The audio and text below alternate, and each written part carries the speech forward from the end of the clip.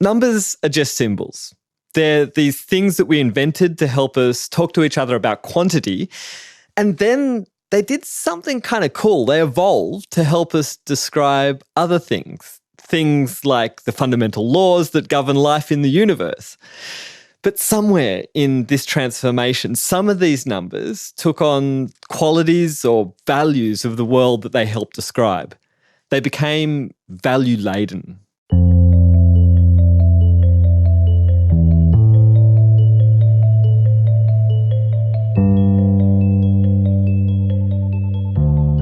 .488. That was my number. No names. In the camp, you have no names, just a number. And there you go by your number. Roll calls, you have the number, that's it. I have very clear memories of this post-war period, but I saw two symbols of the Holocaust very early on.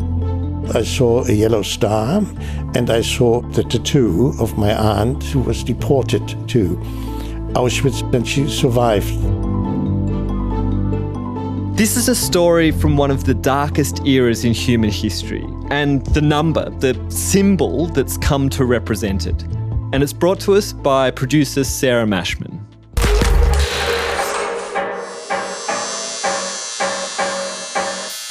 After the Nazis seized power in 1933, they created camps to detain opponents to their regime, those they deemed a threat or simply unacceptable. At a conference in Wannsee in 1942, the Nazis came up with the so-called final solution to the Jewish question. Wholesale murder on an industrial scale, monitored and organised by a bureaucratic system. Purpose-built complexes such as Treblinka, Sobibor and Auschwitz-Birkenau. From early 1942 until the end of 1944, an estimated 1.3 million men, women and children from all over Europe were packed into freight trains bound for Auschwitz.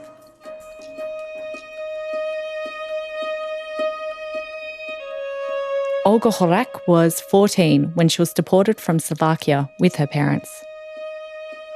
We arrived in Auschwitz after having been for 2.5 days in the transport in the closed-in carriage. And by the time we arrived there, some people suffocated. When it stopped, the transport with the human cargo, they unbolted the doors. And what we saw was, we couldn't believe it. They were high-ranking SS officers waiting with dogs, and they just shoved us out. The stench of the burning bodies lingered in the air for 24 hours round the clock. The mist was hanging below the blue sky, if they had any. On arrival at the camps, they were separated into two groups, men on one side, women on the other. That's when selection started. Now, he looked us up and down. If there were mothers with children, they were shown to form a group on the side. If there were elderly people not looking as pink-cheeked, they were shown to the left. They were taken to the gas chambers and were murdered soon after. You know, it's a place where the sun never shone, birds never sang. Those sent to the right for labour went through a process designed to strip them of their identity. Their hair was shaved off, they had numbers issued on bits of fabric, and then they were tattooed.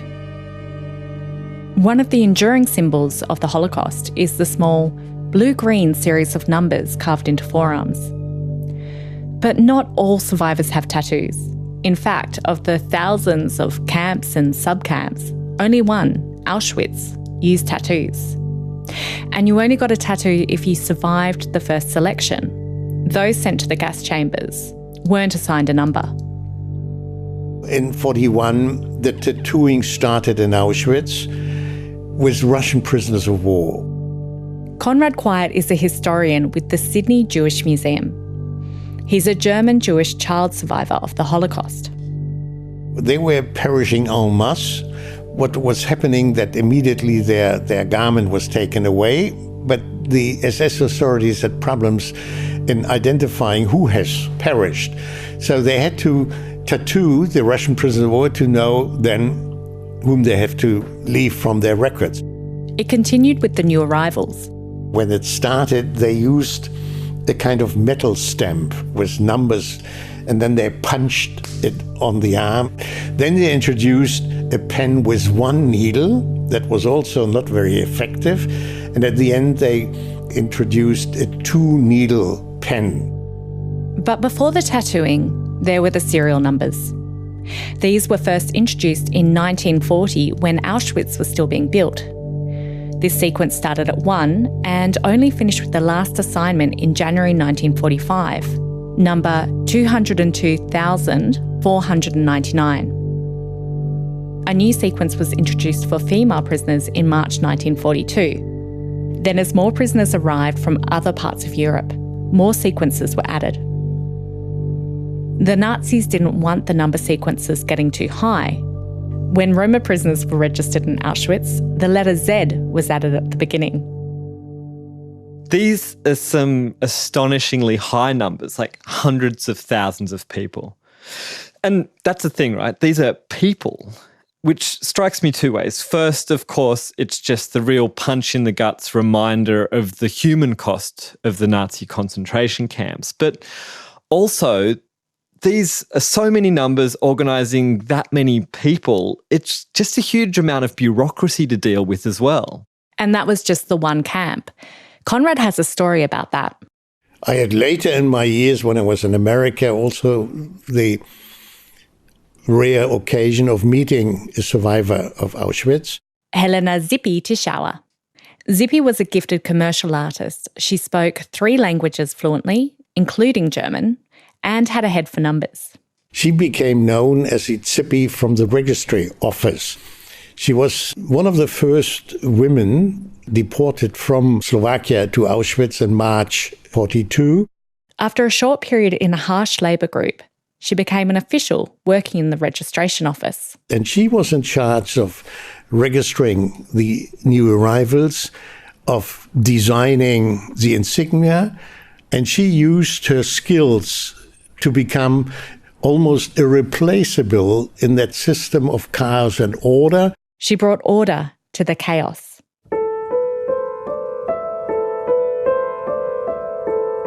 The registration, in other words, the allocation of numbers, was the system of all concentration camps and of prisoners. There is no detention facility where you don't have a number. The number is important to register and to process, the behavior, food allocation. Zippy was the last one on a huge table in the reception center. And the system was normally they arrive, they had the list, name, date of birth, job.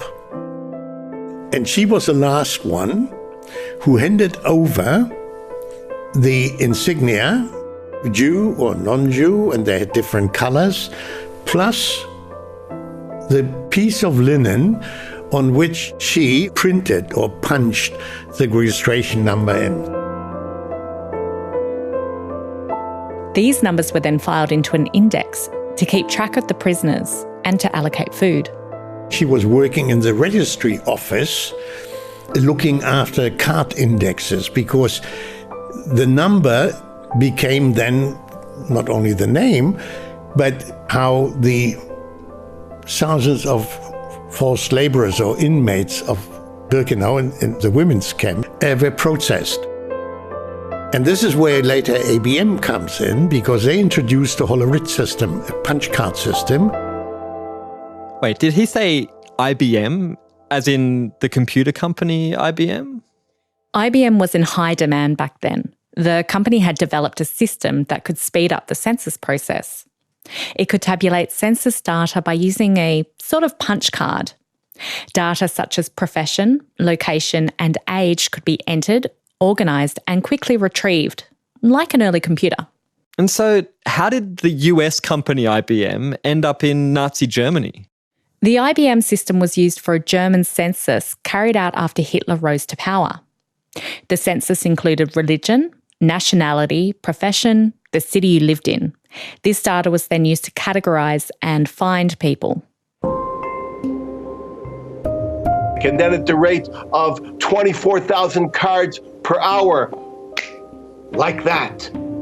Suddenly, they knew the identification and location of all the Jews in Berlin who were doctors. Edwin Black is the author of IBM and the Holocaust. As war overtook Europe, the Nazis continued to use IBM's Hollerith system via a German subsidiary, Deutsche Hollerith Maschinengesellschaft. As they occupied a nation, the Hollerith system went with them. It was also used in the rail and concentration camp systems. Eventually, they set up a train system that would send the Jews efficiently to Auschwitz. We're talking about the wartime period now. There was an IBM customer site in virtually every concentration camp. Kind of ancient predecessor of the computer system, yeah? And there are many cards of inmates where you have today a stamp saying Hollerith erfasst. Registered by Hollerith. Every prisoner in Nazi Europe had a prisoner card. What the Germans wanted was to do this in an organized fashion, and they had to base their organization on the existing technology. IBM has admitted that the machines were in use during the war. However, they say that like hundreds of foreign-owned companies doing business in Germany at that time, their subsidiary came under the control of Nazi authorities. The name, the number, the skilled worker could be called up if they were looking, for special skilled workers required for all sorts of functions within the camp system or with industrial enterprises around. These numbers were absolutely important then for replacing details. There were two sets of numbers, the IBM or Hollerith prisoner number and an internal camp number. And it was the internal camp number that was tattooed. If you look to the various tattoos among survivors, they all differ. The tattoos were all different, and that's because the tattooists changed. And here the story is taken up by another survivor of the camps. My name is Jack Meister. Actually, it's not my real name, it's Meister. I cut out Kapell and left Meister. Kapell became Jack when he moved to Australia. He was born in Poland. In the town Kielce. I went to Jewish school and I was so happy. But when the Germans occupied Poland, I lost my childhood. Jack was born in 1928. He was only a child when he was taken to his first camp. I went to camp. The first camp was Kielce, then Radom, then... That transport you out. That was the hardest part. You travel in open cattle trucks and you realize you're looking after you and say, oh, the snow coming down on you. It was a long journey. And we arrived in Auschwitz.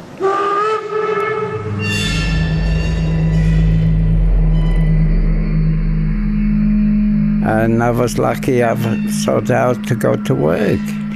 As you sort it out, the first thing they shave you. All your hair. All of it. Then... they give you a number.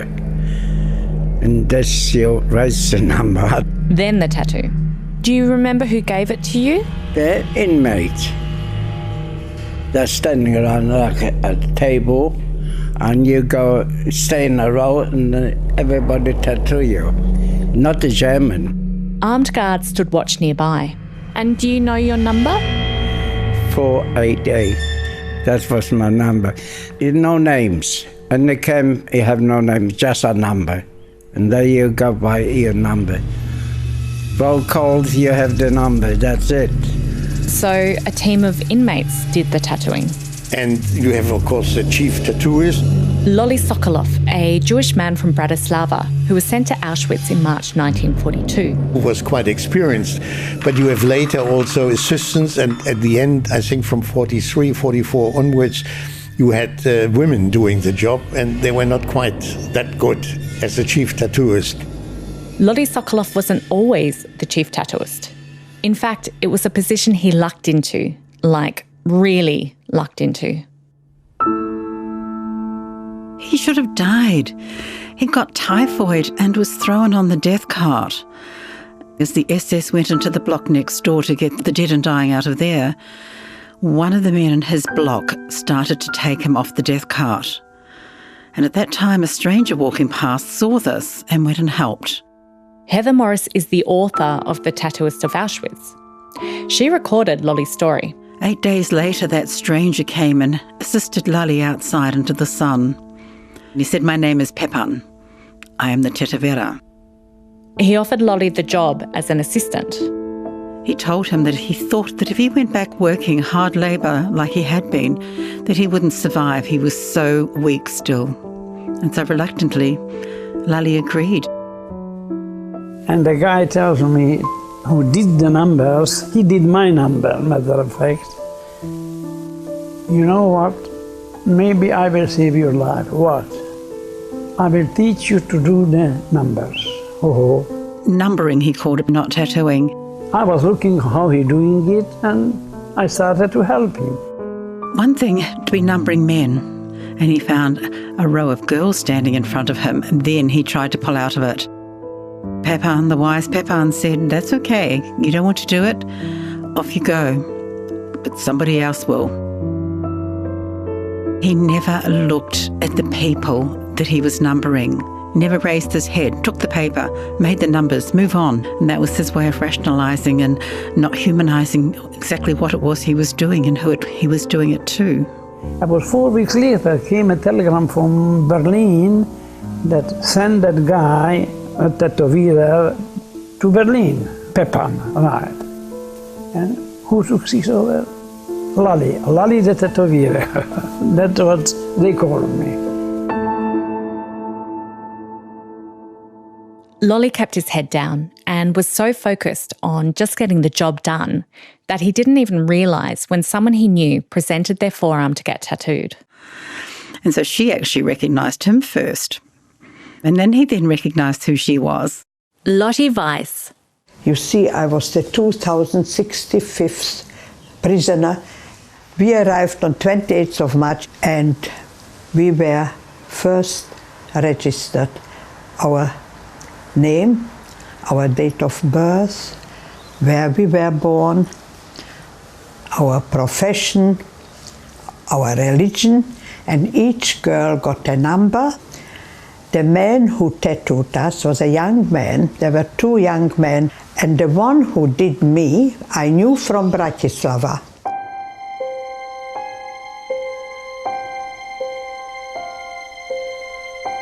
Lotte had been a regular visitor to the shop Lolly had worked at in Bratislava.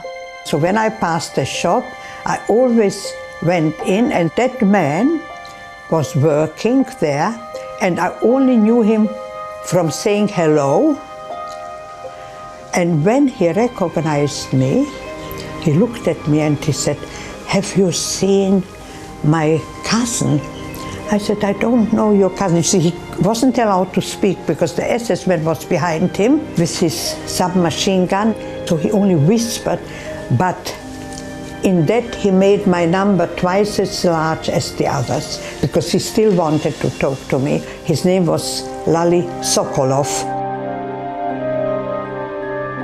As we know, some 400,000 numbers, tattoos were given. By August, September 44, the tattooing stopped. Because most of those who were then selected for slave labor were sent after a short period in a transit camp in Auschwitz for forced labor in Germany. And the industrialists who had to pay for the hiring slave laborers didn't want to have their slaves tattooed because they were also non-Jews working in that. So they said, "We don't want tattooed slave labor." So that was the end of it. 4 years, 400,000 tattoos, and then suddenly it just stopped. But it started again. Beyond being a way for the Nazis to keep track of how much food was needed or who had been murdered, the tattoos were a humiliation, a trauma. Tattoos are considered by some in the Jewish community as violating Jewish law. However, as the numbers of survivors diminish, some family members are creating living memorials. 4559. Oded Ravek lives in Ottawa. His mum, Livia, was 14 when she was deported. Oded grew up seeing Livia's tattoo. As a child, I knew that there was something going on. I knew even though she and my dad gave my sister and I love and laughter, there was always a kind of an underlying sadness. And I couldn't quite figure it out, but I did know and did realize her number on her arm, and of course started asking questions. Livia's story starts like so many others affected by the Holocaust.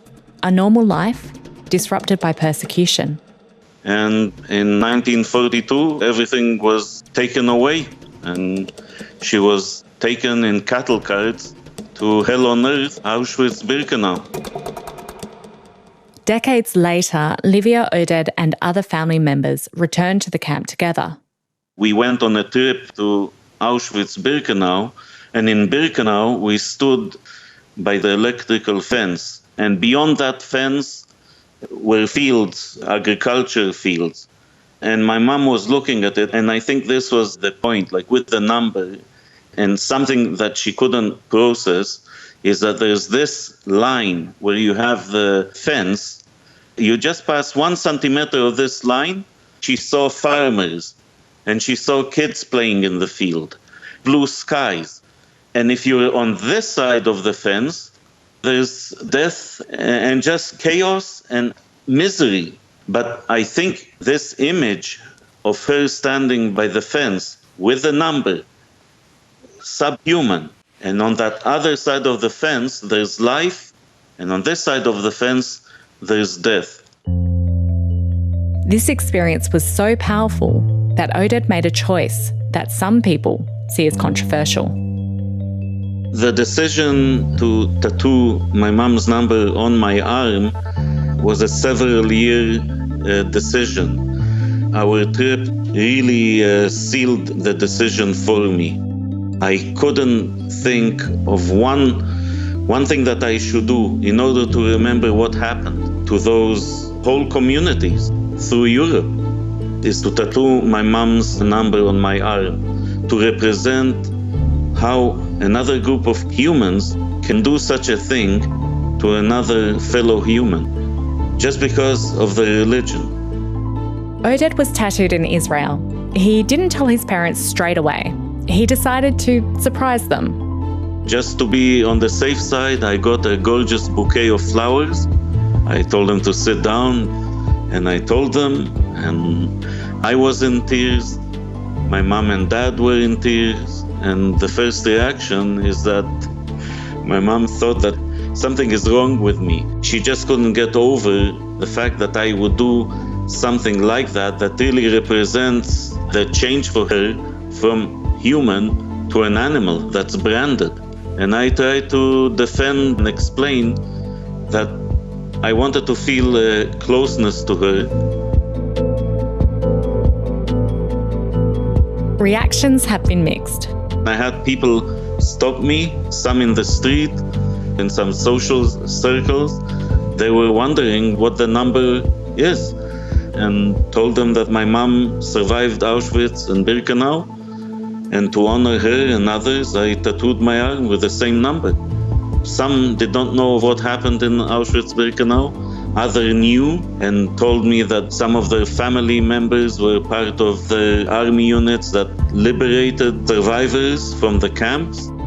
Oded was invited by the Huffington Post to join an online discussion to talk about his choice to be tattooed with the number.